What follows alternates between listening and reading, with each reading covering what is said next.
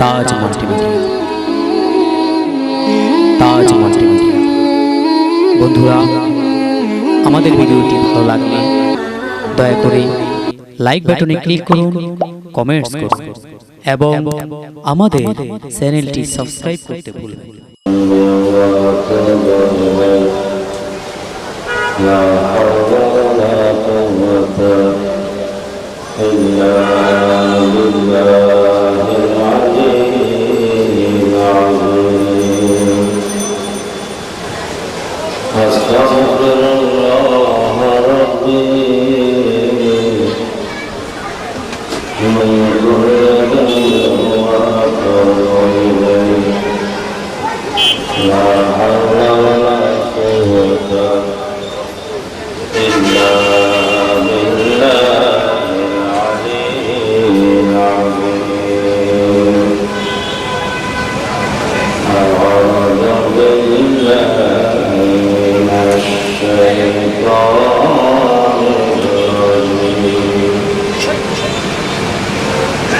بسم الله الرحمن الرحيم. الحمد لله الحمد لله رب العالمين خالق السماوات والأرض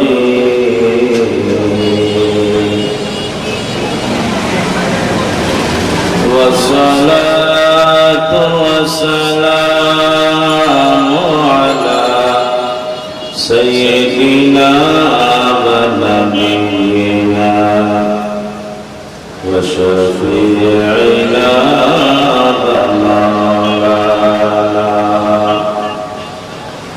ومولانا ومرجانا من أرسله الله رحمة للعالمين وعلى آله وصحبه وأهل بيته وعترته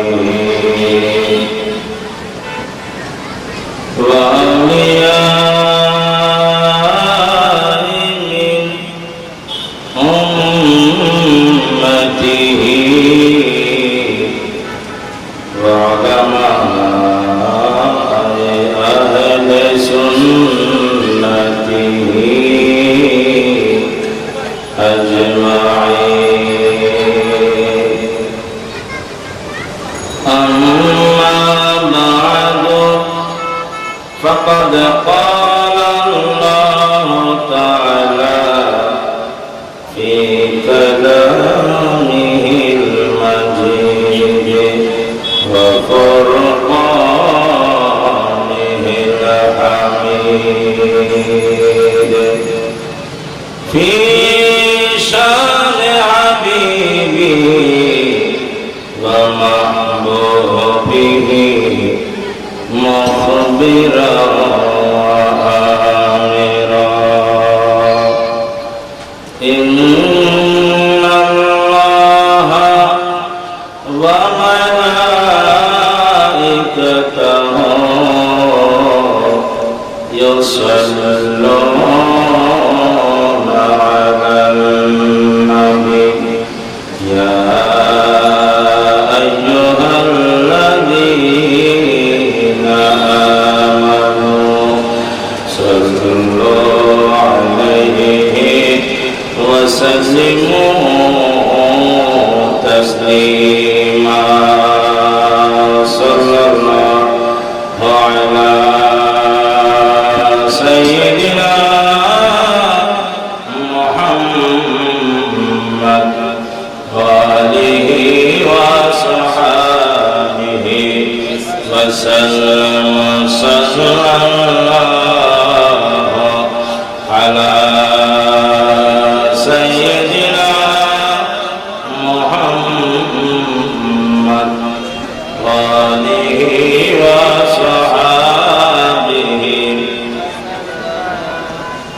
এতগুলো মানুষ যদি সবাই দুরূদ শরীফটা অন্তর থেকে একটু আওয়াজ দিয়ে পড়তাম, তাহলে আপনাদের আওয়াজে একদিকে শয়তান পালিয়ে যেত, অন্যদিকে রহমতের ফেরেশতার ভিড় জমাত। আপনারা কি এই মাহফিল থেকে, মাহফিলের আশপাশ থেকে শয়তান পালিয়ে যাক, আপনারা কি চান না? অসংখ্য রহমতের ফেরেশতা এই মাহফিলে এসে ভিড় করুক, এটাকে আমরা চাই না? পাশাপাশি এশারের নামাজের পর মাহফিলের অত্যন্ত উপযুক্ত সময়ে আপনাদের আওয়াজ যদি এত ছোট হয়, দূর থেকে অনেকেই মনে করবে মাহফিল মনে হয় মরা মরা অবস্থা। যাদের আসার আগ্রহ আছে, আগ্রহটা দুর্বল হয়ে যাবে। আর যদি সবাই মহব্বতে দুরূদ শরীফ পড়ি, সকলের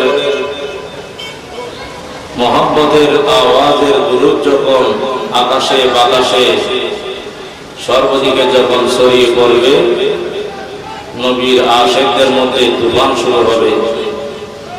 যে যত তাড়াতাড়ি মাহফিলে চলে আসার জন্য চেষ্টা করবে, সব মিলিয়ে দুরূদ শরীফ এর আওয়াজ ছোট হওয়ার দরকার। হ্যাঁ, কি ছোট হতে হবে? কেমন হতে হবে? একটু মহব্বতে।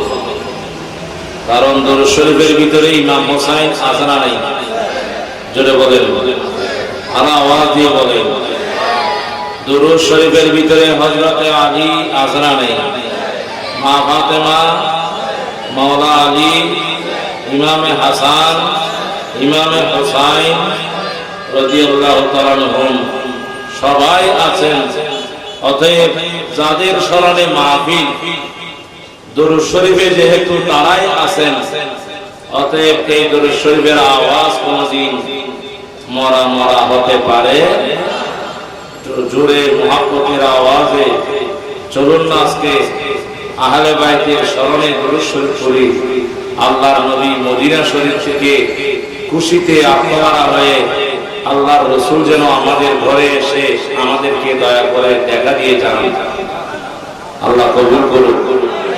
আরে জোরে বলুন, আমাদের দুরূদ শরীফ আমাদের নবী শুনেন কি শুনেন না? হ্যাঁ, শুধু তাই নয়, তাফসীরে কুরতুবীর মধ্যে এসেছে নবীর উপর যারা দুরূদ শরীফ পড়ে, তার নাম, তার বাপের নাম, তার চেহারার ছবি জিবরাইল আমিন আমার নবীর সামনে হাজির করে দেন। আরে যদি বলেন না সুবহানাল্লাহ। আমরা যদি মহব্বতে দুরূদ শরীফ পড়ি, আমাদের চেহারা, আমাদের ছবি, আমাদের নাম, বাবার নাম জিবরাইল আমিন আল্লাহর রাসূলের দরবারে হাজির করবেন। আজকে আমাদের নামটা নবীর দরবারে যাক, চাই কি চাই না? আল্লাহুম্মা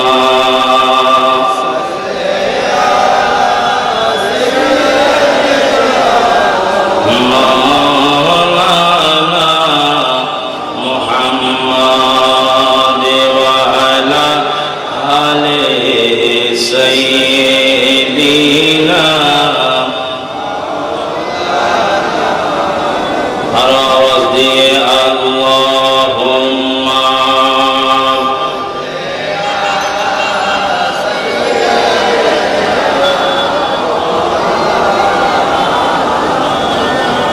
ওয়া আলা আলি সাইয়্যিদিনা।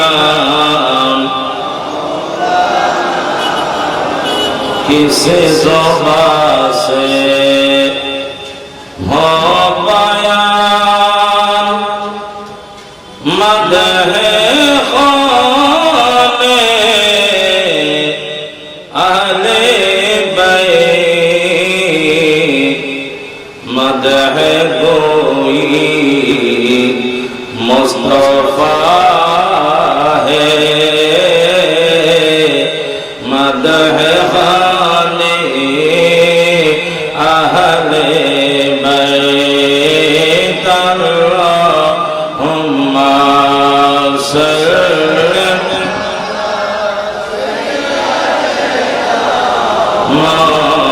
مولانا محمد وعلى آل سيدنا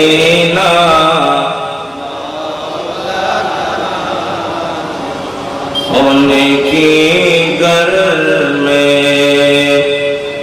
बेइजाज़त जिब्राइल आते कदर वाले जानते इज़्ज़ो शान अहले बैत अल्लाहुम्मा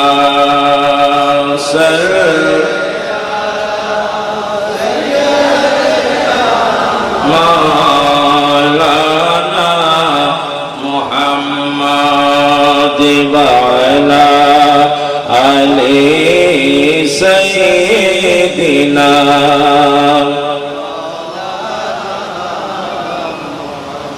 उनकी पाकी का खुदा पाकी करता है बयान आयत तो हिर से ज़ाहिर है शान अहले बैत अल्लाहुम्मा सल्लि अला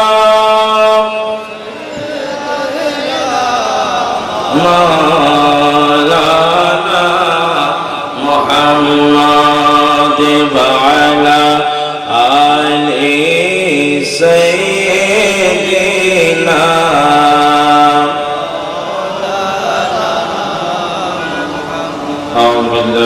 الشيطان الرجيم بسم الله الرحمن الرحيم فمن حاجك فيه من بعد ما جاءك من العلم فقل تعالوا ندعو أبناءنا وأبناءكم ونساءنا ونساءكم وأنفسنا وأنفسكم ثم نبتهل فنجعل لعنة الله على الكاذبين فقال رسول الله صلى الله عليه وسلم ألا إن مثل بيتي ألا إن مثل أهل بيتي فيكم كمثل سفينة نوح فمن ركبها نجا ومن تخلف عنها هلك أو كما قال عليه الصلاة والسلام صدق الله مولانا العظيم وصدق رسوله النبي الأمين الكريم اللهم ربي صل وسلم وبارك عليه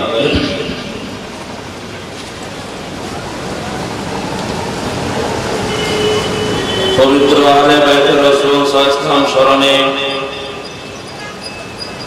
আল হাসনাইন মিশন বাংলাদেশের উদ্যোগে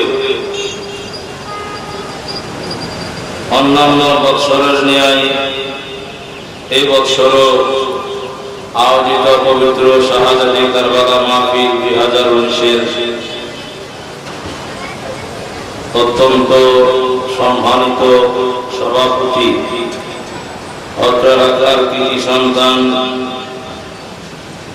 বশির বান্দার দরবার শরীফের সুযোগ্য শাহজাদা আল হাসনাইন মিশন বাংলাদেশের সুযোগ্য সভাপতি শাহজাদা মোহাম্মদ মুঈনুদ্দিন আল সানজারি আজকের এই মাহফিলে আগমন করবেন। সম্মানিত উদ্বোধক সাবেক সিটি মেয়র আলহাজ মোহাম্মদ মঞ্জুর আলম মঞ্জুর সাহেব প্রধান মেহমান হিসেবে আগমন করবেন। মাজবান্ডা দরবার শরীফের সাজ্জাদা নশীন আওলাদের রাসূল হাদি জামান আলহাজ মাওলানা শাহ সুফি সৈয়দ মঈনুল কবির আল হাসানী ওয়াল হুসাইনী আল মাজবান্ডারি মুদাল্লিদুল আলিম প্রধান বক্তা হিসেবে শুভ আগমন করবেন পিএসপি ফ্যামিলির সুযোগ্য চেয়ারম্যান বিশিষ্ট ইসলামী চিন্তাবিদ গবেষক আলহাজ শাহ সুফি মোহাম্মদ মিজানুর রহমান প্রধান ওয়াইজ হিসেবে তশরিফ আনবেন ঢাকা নেসারিয়া কামিল মাদ্রাসার সুযোগ্য অধ্যক্ষ মুনাজিরা আহলে সুন্নাহ বিশিষ্ট মিডিয়া ব্যক্তিত্ব চ্যানেল আইবিটিভি সহ অসংখ্য চ্যানেলের ভাষ্যকার জগৎ বাসা মুহাদ্দিস নির্ভরযোগ্য আলেমে দ্বীন আন্তর্জাতিক খ্যাতিসম্পন্ন মুফাসসির কোরআন অধ্যক্ষ আল্লামা ডক্টর মুফতি কবিরউদ্দিন সরকার সালেহী মুদাজ্জিলুল আলী মাহফিলে উপস্থিত আছেন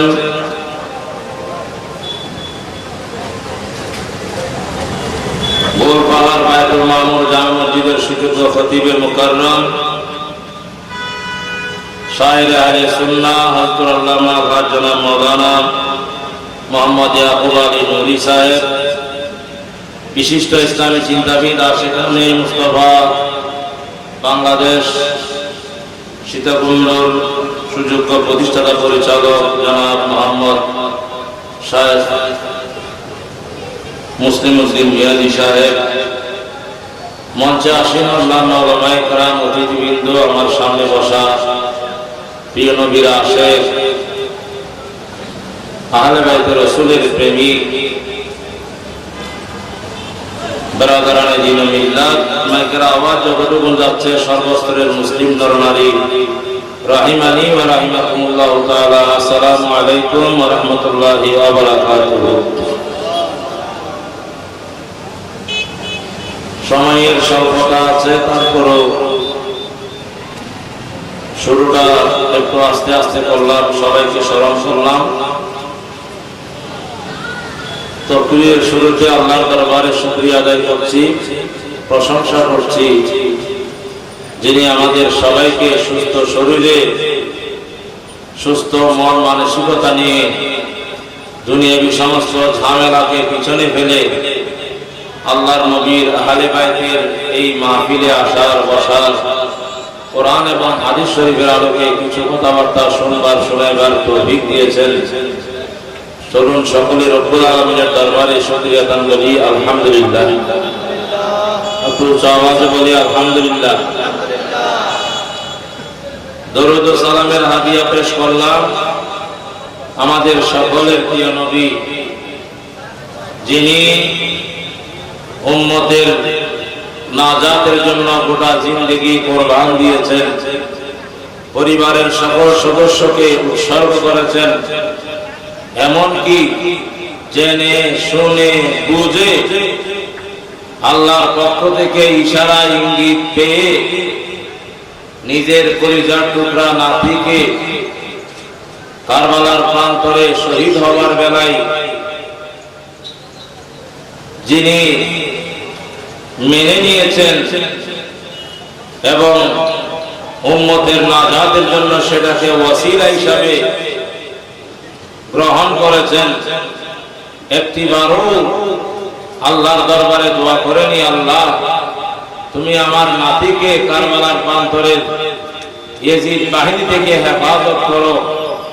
এই দোয়াটা আল্লাহর রাসূল একটিবারের জন্য করেনি, বরঞ্চ যখন থেকে আমার নবী শুনেছেন ইমামে হোসাইন কারবালার প্রান্তরে 61 হিজরিতে শহীদ হবেন, তখন থেকে দয়াল নবীর জবানে আল্লাহর দরবারে দোয়া ছিল, ওগো আল্লাহ, আল্লাহুম্মা আ'তিল হুসাইনা সাবরা ওয়া আজরা। আল্লাহ রে, কারবালার প্রান্তরে যখন আমার হোসাইন ইয়েজিদ বাহিনীর তলোয়ারের সামনাসামনি হবে।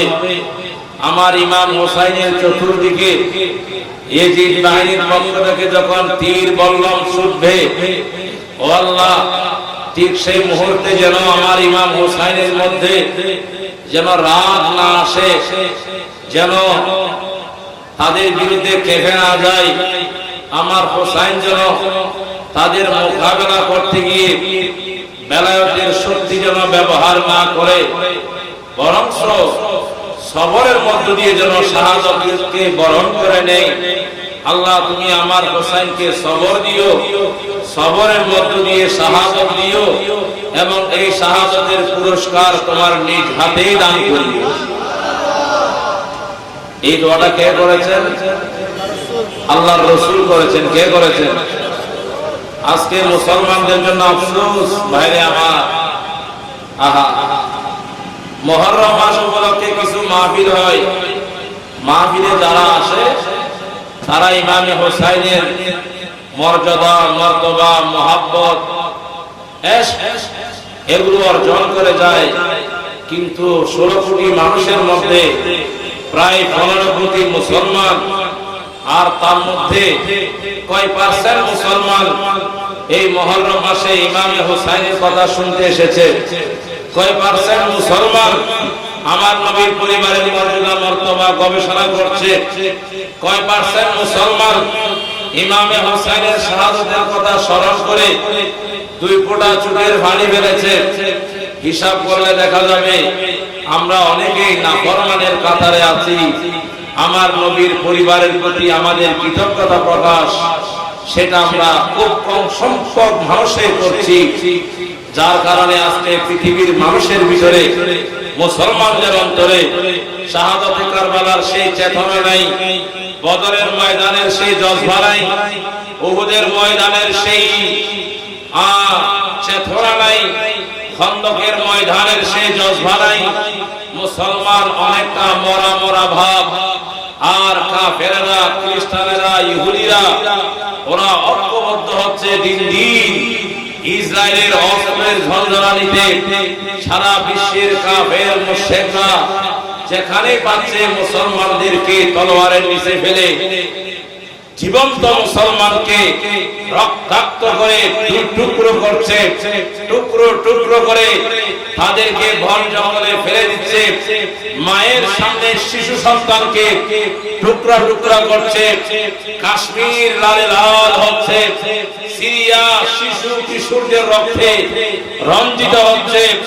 ভাইরে আমার, লেবানন থেকে শুরু করে ইয়ামান থেকে শুরু করে আজকে আমাদের পার্শ্ববর্তী দেশ মায়ানমার থেকে 10 লাখের বেশি মুসলিম নরনারী ছোট্ট ছোট্ট শিশুদেরকে বুকে নিয়ে, গর্ভবতী মা পেটে সন্তান নিয়ে নদী পাড়ি দিয়ে ওরা বাংলাদেশে অবস্থান করছে।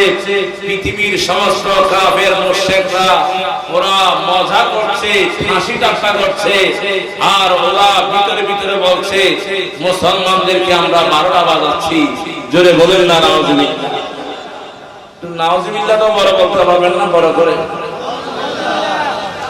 অস্ত্র হাতে নিতে পারবেন না, জিহাদও করতে পারবেন না, পকেটের টাকাও খরচ করতে পারবেন না, ঐক্যবদ্ধ হতে পারবেন না, একটা রাস্তায় মিছিলেও আসতে পারবেন না, কিছুই পারবেন না। শুধু বসে বসে আল্লাহ আমারে জান্নাত দাও, আপেল দাও, আঙ্গুর দাও, এইটার জন্য বসে থাকলে কি চলবে? আরে কথা বলেন, চলবে না কি? আমার আল্লাহ বলেন, বান্দারে আমার, আম হাসিবতুম আম তাদখুলুল জান্নাহ ওয়ালাম্মা ইয়ালামিল্লাহুল্লাযীনা জাহাদু মিনকুম ওয়া ইয়ালামাস সাবিরিন। সুবহানাল্লাহ। আল্লাহ বলেন, বান্দারে তোরা কি ঘরে বসে বসে এসির বাতাস খেয়ে খেয়ে অফিসে আরামদায়ক চেয়ারে বসে বসে স্বপ্ন দেখতেছ মরণের পরে জান্নাতুল ফিরদাউসে যাইবা? স্বপ্ন দেখতেছ না? ও আমার বান্দারা, মসজিদের জুমার নামাজে হুজুরের ওয়াজ শুনেছো জান্নাতে আপেল দিবে, আঙ্গুর দিবে, ঘুরে গেল মান থাকবে, শরাব দিবে। ওরে বাপরে বাপ, ওয়ালাকুম ফিহা মা তাশতাহি আনফুসুকুম ওয়ালাকুম ফিহা মা তাদউন।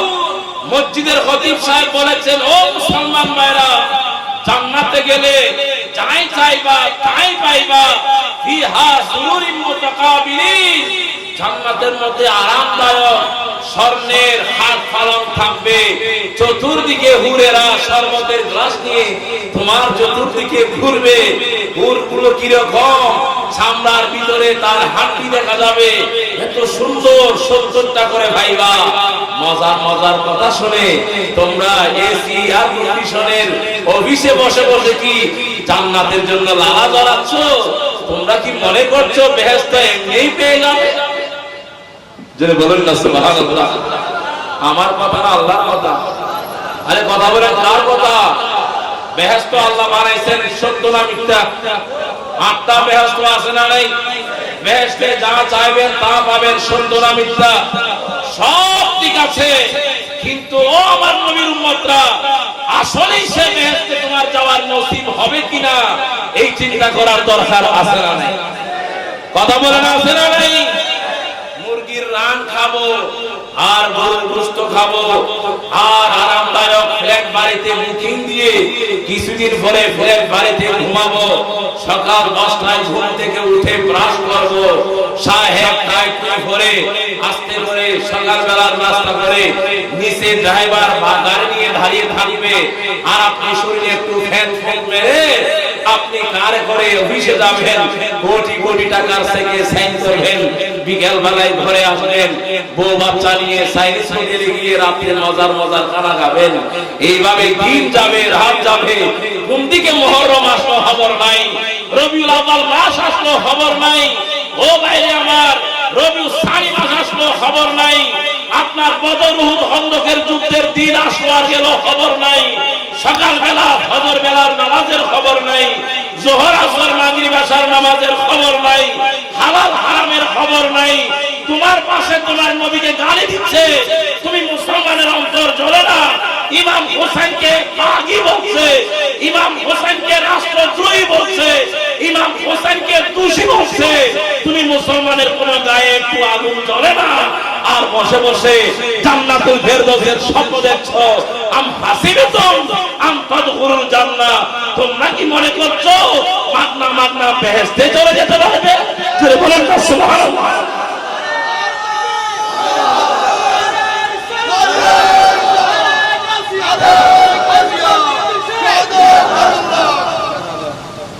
বেহেশত বেহেশত বানাইছেন কে? আরে কথা বলেন, বানাইছেন কে? গরু ছাগলকে দেবে বেহেশত? বেহেশত বানাইছেন আল্লাহ গরু ছাগলের জন্য, শুয়োর কুকুরের জন্য। আল্লাহ বেহেশত বানাইছেন হাতি আর ঘোড়ার জন্য। বেহেশত বানাইছেন আল্লাহর বান্দার জন্য। কথা বলেন কার জন্য? কথা বলেন কার জন্য? আল্লাহর জন্য। আল্লাহ বেহেশত বানাইছেন আল্লাহর বান্দার জন্য। আমরা আল্লাহর বান্দা, কিন্তু বাইরে আমার কোন শ্রেণীর বান্দার জন্য বেহেশত বানাইছেন? আমার দয়াল আল্লাহ বলেন, মুহাম্মাদুর রাসূলুল্লাহ ওয়াল্লাযীনা মাহু আশিদ্দাউ আলাল কুফফার রুহামাউ বাইনাহুম। জোরে বলুন সুবহানাল্লাহ। আমার আল্লাহ বলেন, ও বান্দা, বেহেশতে কে যাবে জানো?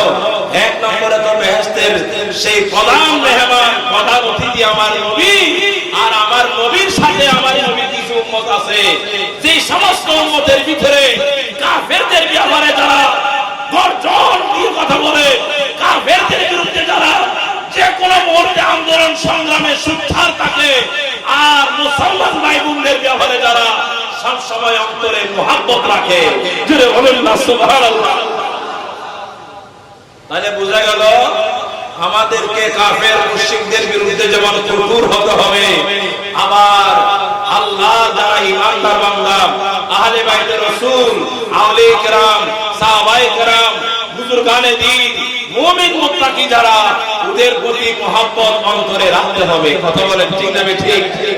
শুধু আপনারা কিছু মানুষ, আমাদের মধ্যে কিছু ভদ্রলোক আছে, ওরা বলে যে ভাই আমি এতগুলো জানি না, আমি কোনো মতে সাইটটা ভাত খাই আর রাত হলে ঘুমাই, সাপকে লম্বা বলি না, ব্যাংকে বাঠিও বলি না, আমি এত ফেতনার ভিতরে নাই, আমি কোনো মতে পর্যন্ত জীবনটা কাটাই নিতে পারলে চলবে। এরকম কিছু সাদা মাটা মানুষ আমাদের সমাজে আছে না? এটা হচ্ছে দুর্বল শ্রেণীর ইমানদার। কোন শ্রেণীর ইমানদার? একদম দুর্বল শ্রেণীর ইমানদার। আমার ছেলেকে আমি মাদ্রাসায় পড়াবো, স্কুলে পড়াবো, 33 পাইয়া ভাষণে চলবে, এইটা কি আমরা কেউ মনে মনে স্বপ্ন দেখি? কথা বলে দেখি নাকি? প্রত্যেকেই চায় আমার ছেলে যেন ক্লাস পায়। ও ভাই আমার, সব জায়গায় যদি আপনি ভালোটা চান, ইমানের ক্ষেত্রে 1 নম্বরের ইমান চাওয়ার দরকার আছে না? 1 নম্বরের ইমান হচ্ছে ওই মানুষের ইমান যিনি জান যাবে তারপরে হকের পক্ষে থাকবে। কথা বলেন ঠিক না ঠিক?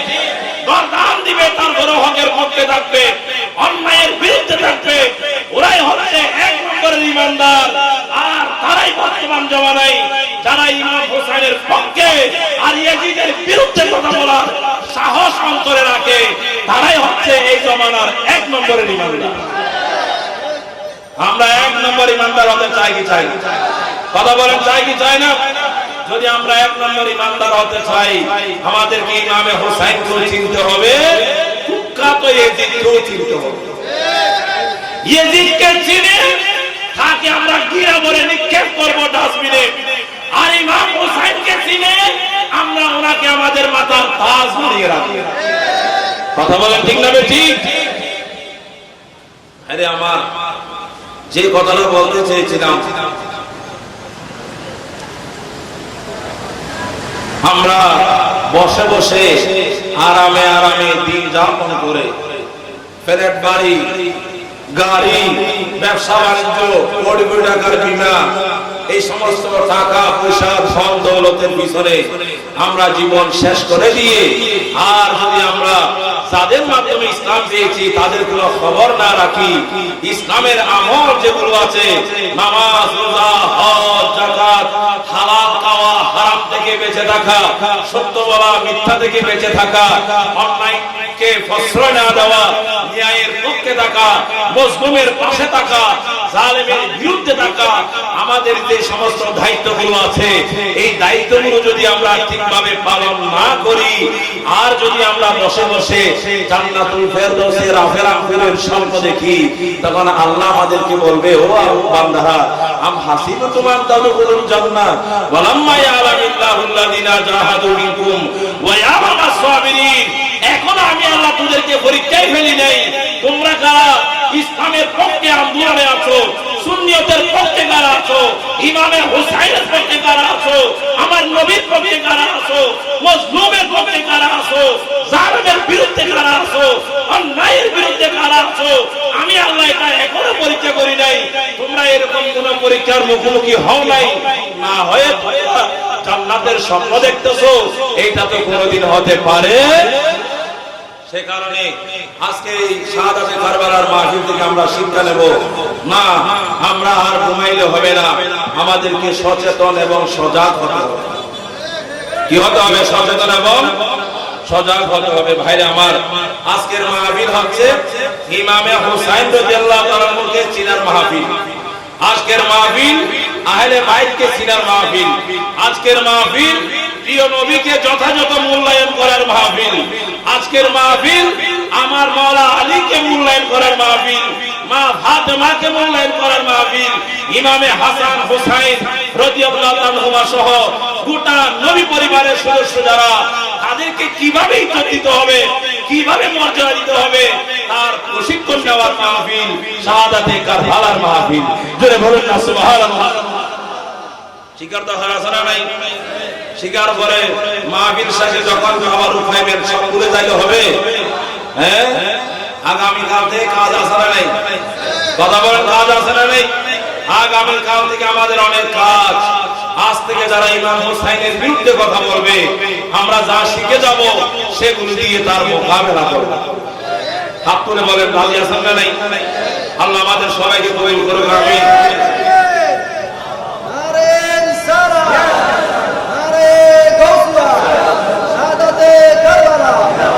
হ্যাঁ আমার, চলুন আমরা ইমাম হোসাইন রাদিয়াল্লাহু তাআলাকে চিনার চেষ্টা করি। কোরআনুল কারীম থেকে একখানা আয়াত কারিমাতে তেলাওয়াত করেছি। এই আয়াতের একটা সারের নজুল আছে।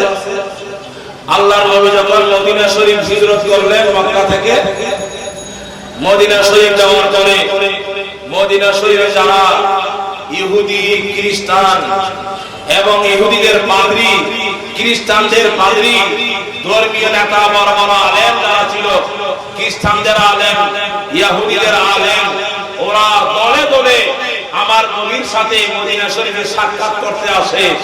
আর দয়াল নবীকে বারবার পরীক্ষা করে দেখে আসলে কি উনি নবী নাকি এমনিতেই নবী দাবি করতেছে। যদি বলেন না আলহামদুলিল্লাহ।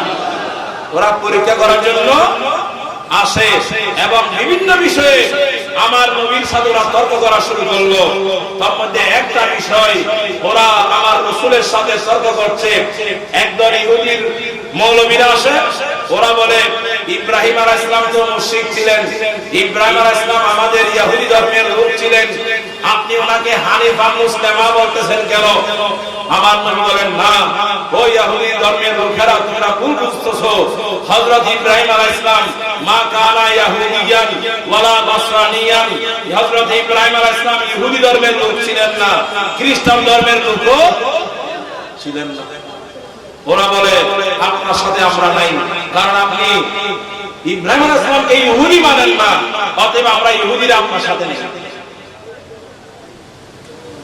নাসারা আসলো, খ্রিস্টানরা, ওরা বলছে আপনি ইব্রাহিম আলাইহিস সালামের ব্যাপারে কি আকীদা পোষণ করেন?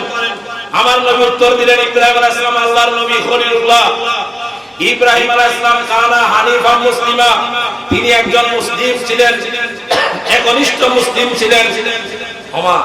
তখন নসরারা বলছে আপনি তো আমাদের সাথে আপনার কোনো মিল পাচ্ছি না, আমাদের বিশ্বাস ইব্রাহিম আলাইহিস সালাম নসরা ছিলেন। তার মানে বোঝা গেল ইহুদিরা দাবি করছে ইব্রাহিম আলাইহিস সালাম ইহুদি, খ্রিস্টানরা দাবি করছে ইব্রাহিম আলাইহিস সালাম খ্রিস্টান। এইভাবে আরো বিভিন্ন বিষয়ে আমার নবীর সাথে ওরা তর্ক করছে। ঈসা আলাইহিস সালামকে নিয়ে ওরা তর্ক করছে। ঈসা আলাইহিস সালাম আল্লাহর পুত্র, মরিয়ম আলাইহিস সালাম আল্লাহর বিবি। জোরে বলুন না আলহামদুলিল্লাহ। এরকম বিভিন্ন তর্ক করতে করতে এক পর্যায়ে আমাদের নবী তাদের কথা মানতে রাজি না, ওরাও আমাদের রাসূলের কথা মানতে রাজি না। শেষ পর্যন্ত সমাধান কি হবে? আল্লাহর পক্ষ থেকে ওহী নাযিল হয়েছে। মনে থাকবে না, ভুলে যাবেন? মনে থাকবে তো? আল্লাহর পক্ষ থেকে কি নাযিল হয়েছে? ওহী নাযিল হয়েছে। আমার আল্লাহ বলেন ফামান হাজ্জাকা ফীহি, নবী গো ইব্রাহিম আলাইহিস সালামকে নিয়ে আপনার সাথে যে সমস্ত ইহুদি খ্রিস্টানরা ঝগড়া করতেছে, বিতর্ক করতেছে, তর্কাতর্কি করতেছে, মার্কেটিং করতেছে, দয়াল নবী রে আপনার কথা যখন তারা মানতেছে না, এই সমস্যার সমাধান আমার হাতে ছেড়ে দেন। ফাকুল, আপনি তাদেরকে বলেন ও ইহুদিরা, ও খ্রিস্টানরা, আমার কথা যখন তোমরা মানতে রাজি নই, আমার কথা যখন বিশ্বাস করতে পারছো না, ফাকুল তাআলা নুদু আবনানা ওয়া আবনাকুম ওয়া নিসানা ওয়া নিসাআকুম ওয়া আনফুসানা ওয়া আনফুসাকুম।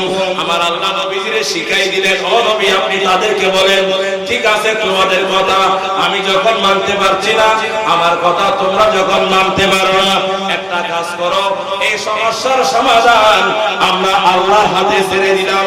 আগামীকাল অমুক ময়দানে অমুক মাঠে তোমরা একটা কাজ করো, ফাকুল তাআলা নাদু আবনানা ওয়া আবনাকুম, তোমাদের সন্তানদেরকে নিয়ে তোমরা আসো, আমিও আমাদের সন্তানদেরকে নিয়ে আসবো, ওয়া নিসানা ওয়া নিসাকুম, আমি আমাদের মহিলাদেরকে বিবিদেরকে নিয়ে আসো, তোমরা তোমাদের বিবিদেরকে নিয়ে আসো, ওয়া আনফুসানা ওয়া আনফুসাকুম, তোমরা নিজেরা আসো, আমরাও নিজেরা আসবো।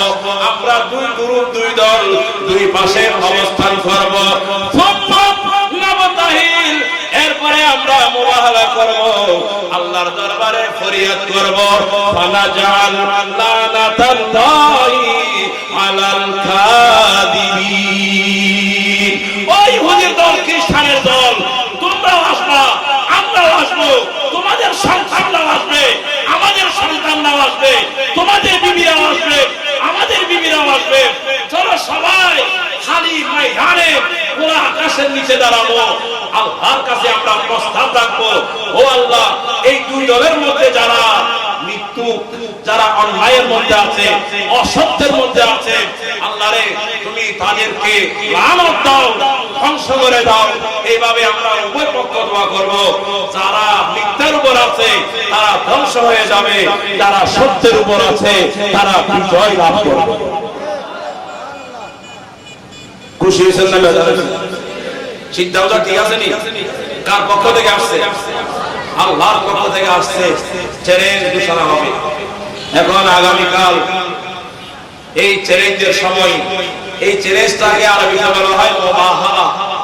মুবাহালা, এই চ্যালেঞ্জটাকে বলা হয় মুবাহালা। আল্লাহর কাছ থেকে লানত চাওয়া অন্যায়কারীদের উপরে, মৃত্যুকদের উপরে, অসত্যের উপর যারা আছে তাদের উপর আল্লাহর লানত চাওয়া, এইটাকে বলা হয় মুবাহালা। এই মুবাহালার আয়োজন হলো দুই পাশে দুই পক্ষের লোক আসবে, যথাসময়ে আমার নবী হাজির হয়ে গেল। আরো জোরে বলবেন না? আমাদের দেশে এরকম অনেক দুই পক্ষের মধ্যে মোনাজারা হয়েছে। আলহামদুলিল্লাহ, আমরা বুকে হাত দিয়ে বলতে পারি, আহলে সুন্নাত ওয়াল জামাতের আলেমরা 10টায় আসার কথা ছিল, 8টায় চলে আসে। কথা বলেন ঠিক না ঠিক? মিলাদ কিয়াম জায়েজ, নামাজ জায়েজ, কত মৌলবীদের কত কথা। আহলে সুন্নাত ওয়াল জামাতের আলেমরা চ্যালেঞ্জ করেছে, প্রশাসনের সবকিছু সিস্টেম মোতাবেক আহলে সুন্নাত ওয়াল জামাতের আলেমরা বসে বসে স্টেজে আর কি করবে, অপেক্ষায় দিন কাটে। 10টা যায়, 11টা যায়, 12টা যায়, 13টা যায়, অনেকক্ষণ পরে ফোন আসে, ওরা আসবে না। অনেকক্ষণ পরে ফোন কি আসে, ওরা কথা বলেন। ওরা আমাদের সুন্নি আলেমরা চ্যালেঞ্জ ঘোষণা করেছে, আমাদের নবী নূর, নবী নূর নয় এটা যদি কেউ প্রমাণ করতে পারে, আমরা আজীবন তাদের পক্ষে চলে যাব, আমাদের দল ত্যাগ করব। চ্যালেঞ্জ ঘোষণা হয়েছে। আমাদের অনেক ভাইরা আসবার জন্য তারিখ দেয়, সিগনেচার করে, স্ট্যাম্পে সাইন দেয়, সব ঠিকঠাক আছে। যখন আসার সময় হয় 10টা বাজে, 11টা বাজে, 12টা বাজে, আমাদের আদরের ভাইরা আসতে পারে না। সমস্যা ঠিক না ঠিক? এই সমস্যা তখনও ছিল, এখনো, তখনও ছিল, এখনো। আমার নবীর সাথে ইহুদি খ্রিস্টানরা মুনাজারা করার জন্য, মুবাহালা করার জন্য, মুবাহাসা করার জন্য, চ্যালেঞ্জ করার জন্য ওরা তারিখ দিয়েছে, সময় দিয়েছে, স্থান ঠিক করেছে, সব ওকে। দয়াল নবী যথাসময়ে হাজির। নামাজি বলি আর আসতে হবে, আর কিনে আসতে হলে ভালো। নবী আসতেন কি আসেন নাই? কথা বলেন, আসতেন কি আসেন নাই? নবী এসেছেন। আল্লাহর রাসূল ঘোষণা দিয়েছিলেন, আমরা আমাদের সন্তানদেরকে নিয়ে আসবো। ইহুদি খ্রিস্টানরা মনে করেছিল আবু বকরের সন্তানও আসবে, ওমর আল ফারুকের সন্তান আসবে, ওসমান গনি যুলনুরাইনের সন্তান আসবে, অন্যান্য হাজার হাজার সাহাবা তাদের সকলের সন্তান। যেহেতু নবীজি বলেছেন আমাদের সন্তানদেরকে আমরা নিয়ে আসবো, ইহুদি খ্রিস্টানরা মনে করেছে আমার নবী সাহাবাদের যত ছেলে মেয়ে আছে এদেরকে নিয়ে আসবে। কিন্তু আল্লাহ রাসূল আসার সময় এত বড় লোক আর নাই, মাত্র 2টা নূরানী সন্তান নিয়ে এসেছেন। আর একটু আসতে বলুন না সুবহানাল্লাহ। কয়জন নিয়ে এসেছেন? অথচ আমার নবী আল্লাহর কথা মোতাবেক ঘোষণা দিয়েছেন যত সন্তান আছে এদেরকে নিয়ে আসবেন। তার মানে লোক সংখ্যা কম হবে না বেশি হবে? বেশি হবে না? কি বলেন, বেশি হবে না? হায় রে, দেখা যাচ্ছে আল্লাহ রাসূল একা সাথে ছোট ছোট বাচ্চা। আন্দোলন সংগ্রামে কি কোন মানুষ 1.5 বছর 2 বছরের বাচ্চা নিয়ে যায়? কথা বলেন না ভাই? আমাদের দেশে বড় বড় হাড়ি আছে না নাই? নাম দিলে কোনো আপনারা রাগ করবেন নি? আওয়ামী লীগ আছে না নাই? বিএনপি আছে না নাই? জাতীয় পার্টি আছে না নাই? ইসলামিক ফ্রন্ট বাংলাদেশ আছে না নাই? আরো অনেক দল আছে আমাদের দেশে। আন্দোলনে, মিছিলে, মিটিংয়ে, সংগ্রামে এই পর্যন্ত কেউ কুলে করে বাচ্চা নিয়ে যায় যে দেখেছেন? আমাদের দেশের আমাদের অনেক আলেম ওলামারা সেই দিন শাপলা চত্বরে গিয়েছিল, আমাদের অনেক মুরব্বী আলেমরা, ওনারাও সেখানে যাওয়ার সময় ফুলের বাচ্চা নিয়ে, ঠিক না ঠিক? কিন্তু বাইরে আমার রাহমাতুল লিল আলামিন শফিউল মুসলিমিন হুজুর মুহাম্মদুর রাসূলুল্লাহ সাল্লাল্লাহু আলাইহি ওয়াসাল্লাম গোটা বিশ্বের ইহুদিকে মোকাবেলা করবেন, গোটা বিশ্বের খ্রিস্টানকে মোকাবেলা করবেন। হাতে করে একটা লাঠি নিয়ে যায় নাই, একটা তলোয়ার নিয়ে যায় নাই, একটা পাথর নিয়ে যায় নাই, একটা ককটেল নিয়ে যায় নাই, একটা বোমা নিয়ে যায় নাই। বেলায়েতের পাওয়ার, নবুয়তের পাওয়ার ইমামে হাসান, ইমামে হুসাইন এবং দয়াল নবী নিজেই গিয়েছেন। সুবহানাল্লাহ।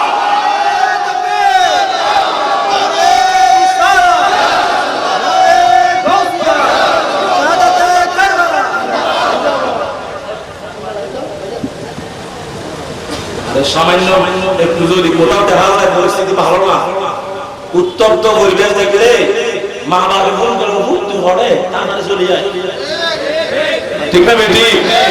অভূত গোলাগুলি মজা ঘরে তাড়াতাড়ি আই যাও, ঠিক না বেটি?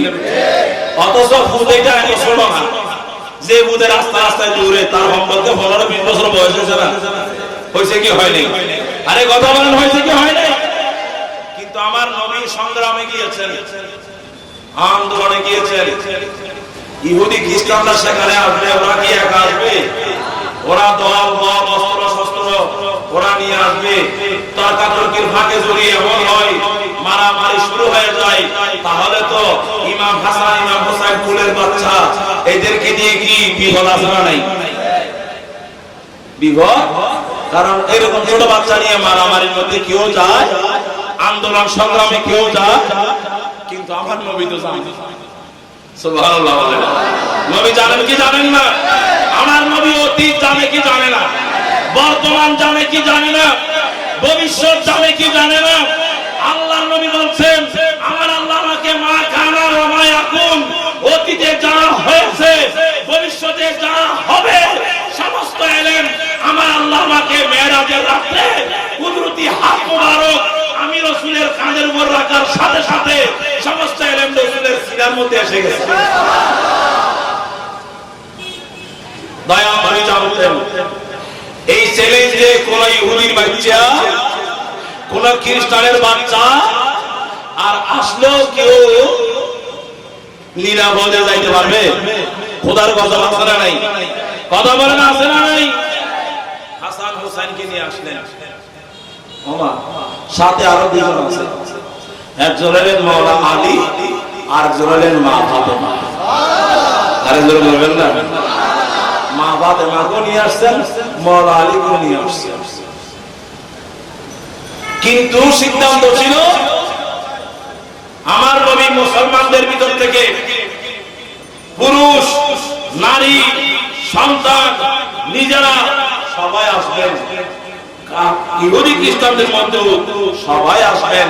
এটা একটা বিশাল ঘটনা হওয়ার কথা ছিল, কিন্তু মাঠের এক কোনায় দেখা যায় নবী, মা ফাতেমা, হাসান হুসাইন, মাওলা আলী, মোট কয়জন? আরে জোরে বলবেন না? আর কয়জন? কথা বলেন কয়জন? এক হাতের মধ্যে 5টা আঙ্গুল লাগিলে আরেকটা আঙ্গুলের দরকার হয়নি। যদি বা অনেক পায়ের মধ্যে 6 আঙ্গুল, 6 আঙ্গুল এরকম মানুষ আমি দেখেছি, কিন্তু একটা আঙ্গুল বেশি হয়ে সবাই জানাই।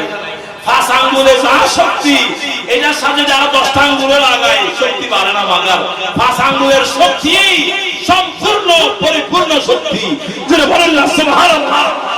ও মুসলমান ভাইরা,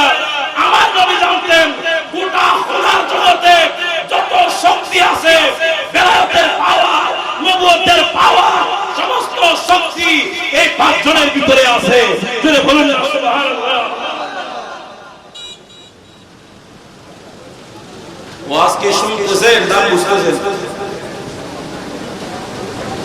আমার কথা কি আপনারা শুনতেছেন না বুঝতেছেন? শুনতেছেন না? হ্যাঁ, শুনতেছেন না বুঝতেছেন? বলেন না শুনতেছিও তো না বলা। আমাদের অত্র এলাকার কৃতি সন্তান 11 নম্বর ওয়ার্ডে বাংলাদেশ আওয়ামী লীগের সম্মানিত সভাপতি প্রফেসর আমাদের অধ্যাপক জনাব ইসমাইল ভাই বড় চমৎকার সময় এসে গেছে। এই সমস্ত নেতারা তো আগে আসবে না, দাদা ভাই ভাই এরকম আসলে উনি আজকে আল্লাহ আমাকে মাহফিলের শুরুতেই নিয়ে এসেছেন। বুঝা গেছে চেহারা দেখাতে আসে নাই, কিছু নিতে এসেছে। আল্লাহ কবুল করুক, আমিন। আরে জোরে বলুন না আমিন। এই সমস্ত স্থানীয় লোকাল নেতৃবৃন্দ, এলাকার সর্ব সংগঠনের ভাইরা, আমি আওয়ামী লীগ বুঝি না, বিএনপি বুঝি না। ইমাম হোসেন আওয়ামী লীগের নয়, ইমাম হোসেন কোন বিএনপির নয়, ইমাম হোসেন কোন রাজনৈতিক দলের নয়, কোন অরাজনৈতিক দলের নয়। ইমাম হোসেন গোটা বিশ্বের মানবতার। যদি বলুন সুবহানাল্লাহ, ঠিক না ঠিক? ইমাম হোসেনের মাহফিলে আসতে কোন দলের পরিচয় লাগে? যে দলের হোক না কেন, শুধু ইমাম হোসেনের মহব্বত অন্তরে থাকলেই মাহফিলে আসার সুযোগ। তো এই ক্ষেত্রে আমাদের ইসমাইল ভাই ফার্স্ট হয়েছে। আল্লাহ জীবনে এরকম বহু জায়গায় প্রথম হবার তৌফিক দান করুন। আপনারা করেছেন আমার আলোচনা থেকে আপনি ফিরে গেছেন কি? কোনো কথা ছিল আমার নবীর সাথে কে কে এসেছেন? মাওলা আলী, মা ফাতেমা, হাসান এবং হোসাইন। কিন্তু আমি আপনাদেরকে যে চিন্তা করার জন্য বলতেছি, চিন্তা করার জন্য নবীর সাথে মাওলা আলী আসা ঠিক আছে, কারণ মাওলা আলী তখন ইয়াং ম্যান, ওনার তখন যুদ্ধ যাওয়ার সময়। মাওলা আলী আসা ঠিক আছে, মা ফাতেমাও যেহেতু উপযুক্ত, উনিও আসা ঠিক আছে। যদি বা মহিলারা জিহাদের মধ্যে ময়দানে যায় না, এরপরও উনি আসছেন ঠিক আছে। কিন্তু শিশু দুটো বাচ্চা ঘুরে ঘুরে নিয়ে আসা, এইটা কি যুদ্ধের জন্য? আমাদের মাথায় ব্রেনে আমরা যেটা মনে করি সংগ্রামের জন্য, কি এরকম বাচ্চা আসার কোনো নিয়ম আছে? কথা বলেন, আছে নাকি? কেন এসেছে ভাইরা আমার? আসার পিছনে যেটা হিকমত, সেটা হচ্ছে আজকে তো কেউ দেহ দিয়ে যুদ্ধ করবে না, আজকে তো কেউ অস্ত্র দিয়ে যুদ্ধ করবে না। আজকে তো আমার নবী আপনার বোমা দিয়ে, পেট্রোল দিয়ে যুদ্ধ করবে না। আজকে ইহুদি খ্রিস্টানের বিরুদ্ধে জিহাদ হবে আধ্যাত্মিক পাওয়ার দিয়ে। কথা বলেন কি দিয়ে? আজকে ইহুদি খ্রিস্টানদের বিরুদ্ধে আন্দোলন হবে খোদাই শক্তি দিয়ে। খোদাই শক্তি দিয়ে। আল্লাহ রাসূল অপেক্ষা করতেছেন সকাল 8টা 9টা 10টা 11টা 12টা 1টা বাজে, কেউ আসে? কথা বলেন, কেউ আসে? বুঝে গেল না আসার চরিত্র তখনও এখনো? সুবহানাল্লাহ বলেন। এরকম না আসার চরিত্র তখনও ছিল, এখনো আছে। ভাই আমার কিয়ামত পর্যন্ত এরকম একদল আসবে না, স্বাভাবিকভাবে আসবে না। আমার রাসূল ওনাদেরকে নিয়ে বসে আছেন, ইহুদি খ্রিস্টানেরা তাদের বাড়িতে দল ফাঁকাইয়া বসে বসে একজন বক্তব্য রাখতেছে, কি করবে না করবে চিন্তা করতেছে। আল্লাহ রাসূল যে আল্লাহ সত্যিকার নবী, এই খবর পাদ্রীদের জানা আছে না নাই? তাওরাত কিতাবে আছে না নাই? জবুর কিতাবে আছে না নাই? ইনজিল কিতাবে আছে না নাই? ও ভাইরা, খ্রিস্টান পাদ্রীরা কনফার্ম মুহাম্মদ সাল্লাল্লাহু আলাইহি ওয়াসাল্লাম দুনিয়ার সাধারণ কোনো মানুষ নয়, উনি আল্লাহর আখেরি নবী। যদি বলেন না সুবহানাল্লাহ। ওরা কনফার্ম জানতো। খ্রিস্টান পাদ্রী তার সমস্ত খ্রিস্টানদেরকে নিয়ে একটা জ্বালাময়ী ভাষণ দিল। ও বলছে, তোমরা থামো, তোমরা করো, ইসলামের নবী মুহাম্মদকে চিনো নাই, আমরা চিনি। আর জোরে বলবেন না, তোমরা চিনো নাই, তোমরা পাগলামি করিও না, তোমরা ওনার সাথে চ্যালেঞ্জে যাইও না। আমি আগে একটু দেখে আসি মুহাম্মদ এবং তার সাথে কারা কারা এসেছে চ্যালেঞ্জ করার জন্য ময়দানে কারা কারা এসেছে আমি একটু দূর থেকে দেখে আসি, পরিস্থিতি দেখে আমি আসবো তোমাদের কাছে, এরপরে সিদ্ধান্ত নেব আমরা আমার মুখোমুখি হব কি হব না। সুবহানাল্লাহ বলেন। ভিতরে ভয় আছে না নাই? কথা বলেন না আছে না নাই? কলিজা শুকায় কি শুকায় না? কলিজা শুকায় এমনি মুখে বক বক করে, কিন্তু ভিতরে মহাজন হারিতে নাই। সেই খ্রিস্টান পাদ্রী আসলো, আস্তে আস্তে আস্তে আস্তে ওই মাঠের কোনায় দূর থেকে দেখতেছে কে কে এসেছে। পাদ্রী মনে করেছিল আগের চুক্তি মোতাবেক অনেকেই আসবে। হাই হাই হাই হাই, মাত্র হয়জন। আরে বলে না হয়জন। আবার হে হাসনের ভিতরে দুইটা শিশু আর আছে হয়জন। তিনজনের ভিতরে আবার একজন মহিলা আর আছে হয়জন। জোরে বলবেন না সুবহানাল্লাহ। বাইরে আমার পাঁচজনের মধ্যে দুইজন শিশু আর একজন মহিলা। সেই তিনজনের পক্ষে জিহাদের ময়দানে যাওয়া সম্ভব নয়, আর মাত্র আছে দুইজন। কিন্তু খ্রিস্টান পাদ্রী বড় করে ভালো করে আমার নবীর দিকে তাকাইলো, খ্রিস্টান পাদ্রী হাসান হোসেনের দিকে তাকাইলো, মা ফাতেমা মওলা আলীর দিকে তাকাইলো, ভালো করে নজর করলো। আমার রাসূলের চেহারা মোবারক দেখে, হাসান হোসেনের চেহারা মোবারক দেখে, মওলা আলীর মা ফাতেমার চেহারা মোবারক দেখে খ্রিস্টান পাদ্রীর কলিজা শুকায় গেছে, ভয়ে থরথর করে কাঁপতেছে, দৌড় দিয়ে নিজের বাড়িতে চলে গেল। আর খ্রিস্টানরা যেখানে সবাই সমাগম হয়েছে ওখানে একটা লম্বা ভাষণ দিল। ওখানে সে বলছে, ইয়া আইয়ুহান নাসারা, ও আমার খ্রিস্টানের ভাইরা, আমার খ্রিস্টান ধর্মের লোকেরা শোনো শোনো, ইন্নী লারা বুজুহান, আমি ময়দানের কিনারায় এমন কিছু নূরানি চেহারা দেখতে পাচ্ছি। আরে জোরে বলবেন না, খবর হয়েছে। ইন্নী লারা বুজুহান, আমি এমন কিছু নূরানি চেহারা দেখতে পাচ্ছি।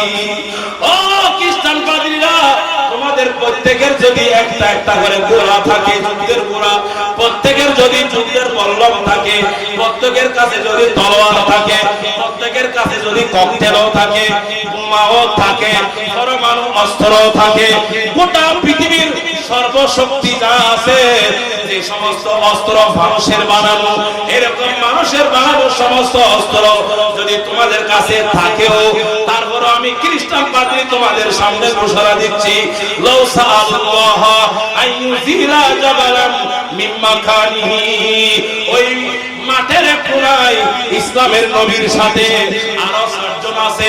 এই ৫ জন ব্যক্তি এমন ব্যক্তি, ওনাদের মধ্যে কেহ যদি আল্লাহর দরবারে ফরিয়াদ করে, আল্লাহ আমাদের সামনে দুনিয়াবি শক্তি মোকাবেলা করতে আসতেছে, আমাদের সামনে ইহুদির দল আসতেছে, খ্রিস্টানের দল আসতেছে, আমাদের সামনে জালেমের কুস্তি আসতেছে, রব্বুল আলামিন উত্তরের পাহাড়টাকে তার জায়গা থেকে উঠাইয়া তাদের মাথার উপর তুলে দাও, আর দক্ষিণের পাহাড়টাকে উঠাইয়া তাদের মাথার উপর তুলে দাও, অথবা উত্তরের পাহাড় দক্ষিণে নিয়ে যাও, দক্ষিণের পাহাড় উত্তরে নিয়ে যাও।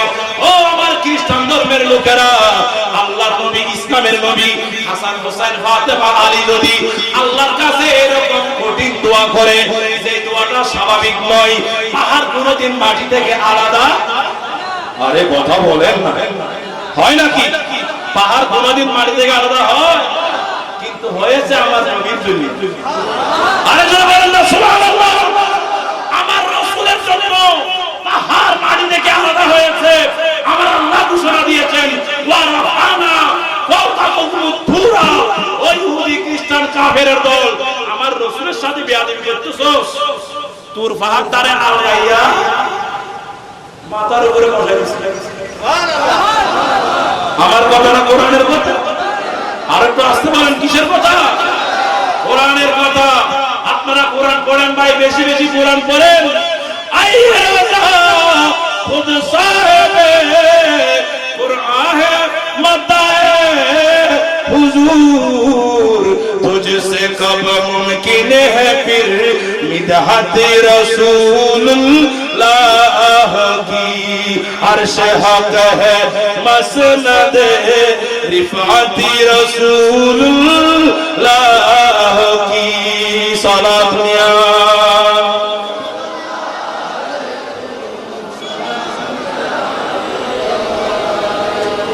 কোরআন শরীফ পড়লে কোরআনের কারিমের ভিতরে নবীর শান আসরা নাই। ইমাম আলা হযরত বলতেছেন, ও আল্লাহ, আমি নবীর কি প্রশংসা করব? গোটা কোরআন শরীফে আল্লাহ শুধু নবীর প্রশংসাই করেছেন। সুবহানাল্লাহ। তুর পাহাড়, এই পাহাড় মিশরের জমিনে, এই পাহাড়টাকে আল্লাহ মাটি থেকে আলোক করে বনি ইসরাইলের মাথার উপর উঠাই দিয়েছে, তবে মাথার সাথে লাগাই নাই। সুবহানাল্লাহ বলেন না? আমাদের বাচ্চারা বেলুন যখন সুতারা কাটি দেয়, বেলুনটাও ঘর থেকে উঠে যায় না ভাই? উঠে কি উঠে না? আল্লাহ আমার নবীর ইজ্জতে তুর পাহাড়কে বেলুনের মতো মাটি থেকে আলোক করে বনি ইসরাইলের মাথার উপর আস্তে করে সেট করে দিয়েছেন। এখন পেটের ভিতরে খসা খানা যা আছে তাও ফাঁকা হয়ে গেছে, ঠিক না বেটি? শুধু কি করে আল্লাহ এবার মুসা নবীর মানে কিনা সুবহানাল্লাহ বলেন। মুসা ইসলামকে মানলা কিনা বলো? ঘটনা মুসা ইসলামের আমলে। মুসা ইসলামের জন্য যদি পাহাড় মাটি থেকে আল্লাহ আলোক করতে পারে, আমার নবীর জন্য বেশি করবে না আর কম করবে? জোরে বলবেন না সুবহানাল্লাহ। ঘটনা এটা আমার নবীর আমলে নয়, ঘটনা ছিল মুসা ইসলামের আমলে। সেটাকে एग्जांपल হিসেবে আনছি।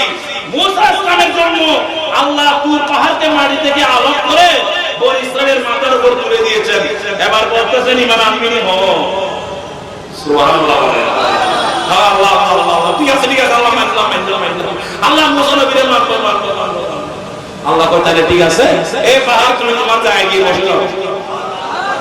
সুবহানাল্লাহ বলেন না? বোঝা গেছে মাটি থেকে পাহাড় আলাদা হয়ে যাওয়ার বিধান পৃথিবীতে ছিল, কোরআন তার প্রমাণ দেয়। বলুন সুবহানাল্লাহ। তো খ্রিস্টান পাদ্রীও বলতেছে, ও আমার খ্রিস্টান ধর্মের লোকেরা, মুসা নবীর আমলে পাহাড় যেমন আলোক হয়ে গিয়েছিল, ইসলামের নবীর সাথে যারা যারা আছে ওরা যদি আল্লাহকে বলে, আল্লাহ তুমি পাহাড়টাকে দক্ষিণ থেকে উত্তরে নিয়ে যাও, উত্তর থেকে দক্ষিণে নিয়ে যাও, পশ্চিম থেকে পূর্বে নিয়ে যাও, পূর্ব থেকে পশ্চিমে নিয়ে যাও, এরকম যদি ফরিয়াদ করে না, পাহাড় মাটিতে থাকবে না, আলাদা হয়ে চলে আসবে। তাদের দোয়ার কারণে আল্লাহ পাহাড় সরাই দেবে। যাদের জবানের তাসির এরকম, যাদের জবানের পাওয়ার এরকম, তাদের সাথে মোকাবেলা করার শক্তি কি পৃথিবীতে আর আছে? অতএব খ্রিস্টান পাদ্রী বলল, ও খ্রিস্টানেরা চুপচাপ বসে থাকো, মুহাম্মদ যা বলার বলুক, ইসলামের নবী যা বলার বলুক, তোমরা একটু ওনার সাথে মোকাবেলা করতে যাই মানে তোমরা তোমাদের ঘরে থাকো, খাওয়া দাওয়া ফুর্তি করো, তোমাদের রাস্তায় তোমরা থাকো, ওনার রাস্তায় উনি থাকো। জোরে বলুন না নাউজুবিল্লাহ।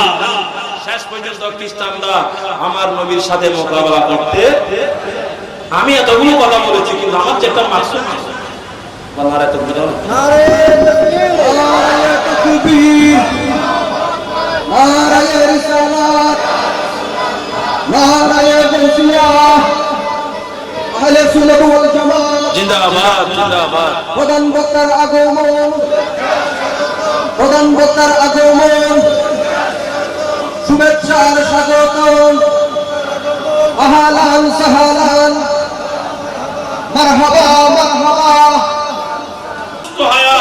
আল্লাহ যেন আমাদেরকে দান করেন। আমাদের বল যেগুলো আপনারা দেখতে পাচ্ছেন, এই বলগুলো পুরা হচ্ছে এখানে। আমরা ওখান থেকেই মূলত সাহস নিয়ে আমরা লাফালাফি করছি। আসলে তেমন করে আলেমুলামা আমাদের নাই, ওনারা এখনো বেঁচে আছেন, এই জন্য আমাদের মুখে সাহস আছে।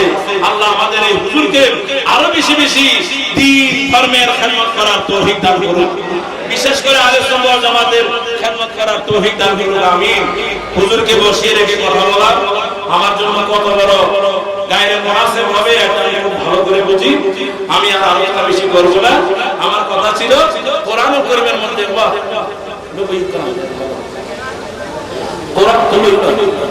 কোরআনুল কারীমের মধ্যে আমার নবীকে আল্লাহ বলেছেন, ও নবী আপনি বলেন আপনার সন্তান আসবে, কিন্তু দেখা গেছে সেই মুবাহালা চ্যালেঞ্জের মধ্যে নবীর কোনো পুত্র ছিলেন না।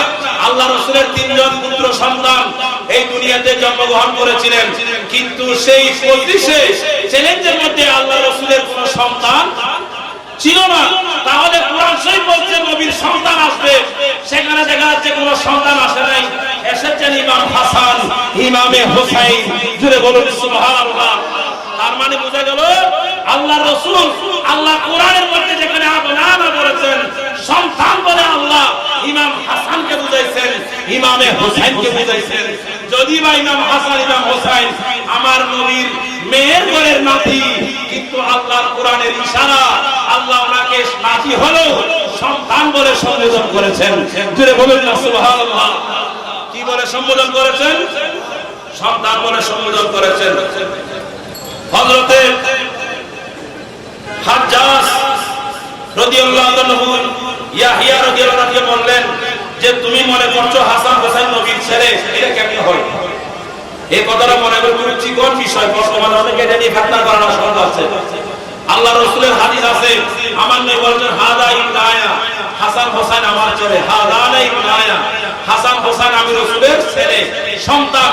হাদিস শরীফে আছে, কিন্তু আমরা জানি উনি হাসান হোসেন রাদিয়াল্লাহু আনহু ফাতিমার ছেলে, মাওলা আলীর ছেলে, আমার নবীর নাতি। কিন্তু নবীজি শব্দ ব্যবহার করার সময় ইবনায়া বলেছেন। এটা কিভাবে সম্ভব? নাতিকে কিভাবে সন্তান বলবেন? তার অনেক যুক্তি আলোচনা করলে অনেক যুক্তি বলবেন। আমি একটা হাদিস বলবো শুধুমাত্র। যখন বলা হয়েছে হে ইয়াহিয়া তুমি কিভাবে বলছো হাসান হোসেন নবীর ছেলে, এটার কোনো কোরআনের দলিল আছে নাকি?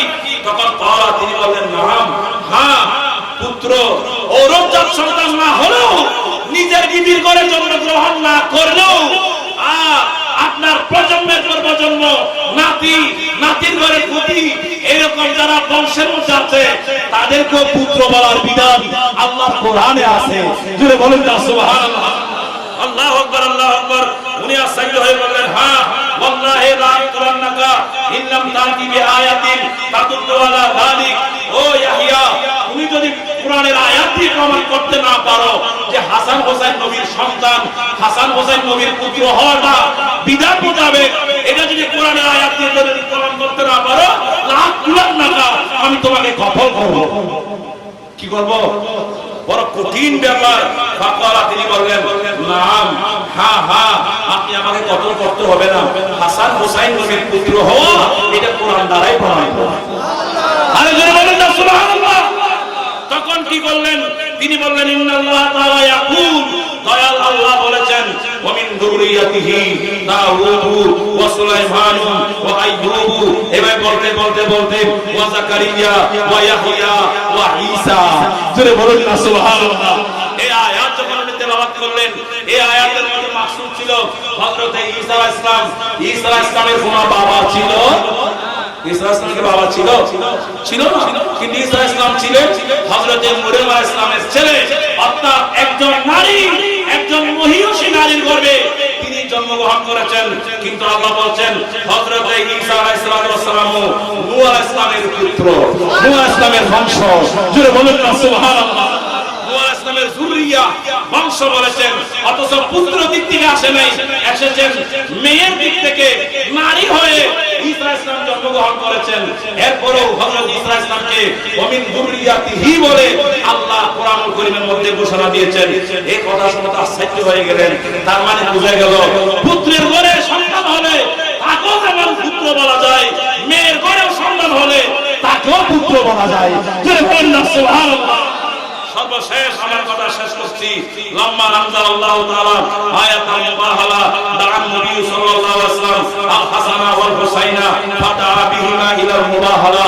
আরেকটা দলিল দিয়েছেন, আল্লাহর রাসূল যখন মুবাহালার ঘোষণা দিলেন খ্রিস্টানদের বিরুদ্ধে, তখন আল্লাহর নবী আপনার জায়গায়, সন্তানের জায়গায় নাতি হাসানকে এনেছেন, নাতি হোসেনকে এনেছেন।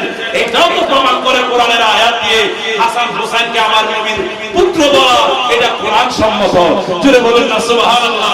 এরপরে মাওলা আলী লাম্মা কাদিমা আলী রাদিয়াল্লাহু আনহু আল বাসরা, হযরতে মাওলা আলী যখন কুফা থেকে বসরায় সফর করলেন, ওনার একজন সেখানে সন্তান ছিল, আর সেখানে উনি সফর করলেন। সফর করার পরে ফাকাদা আলা সারিরিন হযরতে মাওলা আলী একটা খাটের মধ্যে বসতেন। যে ঘরে আল্লাহর মাওলা আলী যে ঘরে মেহমান হয়েছেন সেই ঘরে মাওলা আলী একটা খাটের মধ্যে বসতেন। খাটের মধ্যে যখন মাওলা আলী বসেছে তো সেখানে ছিলেন ওয়াল হাসান আলা ইয়ামিনিহি ওয়াল হুসাইন আলা ইয়াসারিহি। আমার মাওলা আলী যখন খাটের মধ্যে বসলেন, ডান পাশে ইমাম হাসান, বাম পাশে ইমাম হোসেন বসে গেলেন। দুইজন নক্ষত্র মাওলা আলীর দুই পাশে বসলেন। খাটের মধ্যে আর জায়গা নাই। আরেকজন সন্তান মাওলা আলীর ছিল, যে সন্তানের নাম হচ্ছে মুহাম্মদ ইবনে হানাফিয়া। জোরে বলুন না সুবহানাল্লাহ। মাওলা আলীর আরেকটা পুত্রের নাম কি ছিল? এখন মনে করেন ভাই বোনের একটা প্রতিযোগিতা থাকে, কোন একটা ছোট বাচ্চাকে যদি আপনি কোলে নেন আর ভাই যদি পাশে থাকে সেও ভালো হয়ে যায় কোলে ওঠার জন্য। মাওলা আলীর পাশে হাসান, মাওলা আলীর পাশে হুসাইন রাদিয়াল্লাহু তাআলা আনহুমা। কিন্তু মুহাম্মদ ইবনে হানাফিয়া উনিও মাওলা আলীর ছেলে, ওনার ভিতরে চলতেছে বাগের পাশে বসার জায়গা। আরে জোরে বলেন না জায়গা, কারণ এই পাশে হাসান, এই পাশে হুসাইন, দুই পাশে দুইটাই বসে আছে। মুহাম্মদ ইবনে হানাফিয়ার চেহারা মোবারক মলিন হয়ে গেছে, বাপের পাশে বসার জায়গা নেই। তখন হযরতে মাওলা আলী কি বলেছেন দেখেন, ফালাম ইয়াকুল্লাহু আলা সরিরি মাওলা, মাওলা আলীর পাশে বসার তো কোনো জায়গা নাই। তখন মাওলা আলী বলেছেন, ও আমার ছেলে হযরতে মুহাম্মদ ইবনে হানাফিয়া, তুমি মন খারাপ করছো? ফাকাদা নাহিয়াতান। হযরত মুহাম্মদ ইবনে হানাফিয়া মাওলা আলীর এক পাশে একটু দূরে গিয়ে এক পাশে নিচে বসলেন। ফাতাগাইয়ারা বসছেন কিন্তু ঠিক মাগার চেহারা ফর্সা নাই, উজ্জ্বল নাই। দুই ভাই বসে আছে আর কয় ভাগের পাশে বসতে পারে নাই।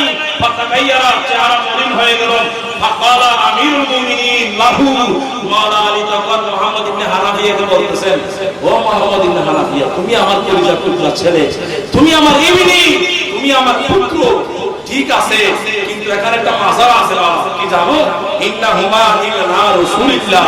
হাসান হুসাইন শুধু আলীর পুত্র নয়, হাসান হুসাইন ইবনা রাসূলিল্লাহ। হাসান হুসাইন তো আমার নবীর পুত্র। তুমি বলেন না সুবহানাল্লাহ।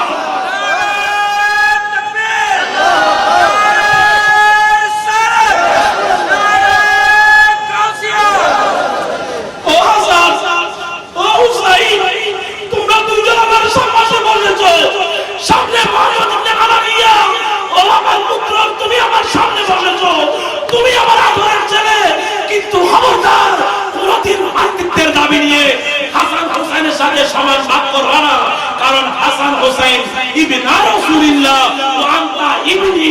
ও মুহাম্মদ ইবনে হানাফিয়া, তুমি কেবল আমার ছেলে, আর হাসান হুসাইন তো আমার নবীর সন্তান। যদি বলেন সুবহানাল্লাহ।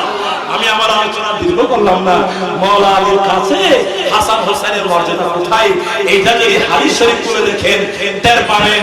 এই জমানায় যারা হাসান হোসেনকে নিয়ে উল্টাপাল্টা কথা বলছে, ওরা মাওলা আলীর দলে, বলেন ওরা মাওলা আলীর দলের লোক নয়। আহলে সুন্নাত ওয়াল জামাত শাহাদাতে কারবালার মাহফিলের পক্ষে যারা, ওরাই হচ্ছে মাওলা আলীর দল, ওরাই সিদ্দিক আকবরের দল, ওমর আল ফারুকের দল, ওসমানে গনি নুরানির দল, তারাই হচ্ছে সত্যিকার হিজবুর রাসূল, আমার রাসূলের দল। জোরে বলেন সুবহানাল্লাহ। আমি আমার হুজুরকে বসিয়ে আরো 2-4-5 মিনিট কথা বলে আমি যে বিয়াদবি করলাম, আমি এর জন্য হুজুরের কাছে ক্ষমা চেয়ে নিলাম। আর একটু আপনাদের কাছে হয়তো বিরক্তির কারণ হয়েছি, আপনাদের কাছ থেকে ক্ষমা চেয়ে আমার আলোচনা এখানে শেষ করলাম। আসসালামু আলাইকুম ওয়া রাহমাতুল্লাহি ওয়া বারাকাতুহু।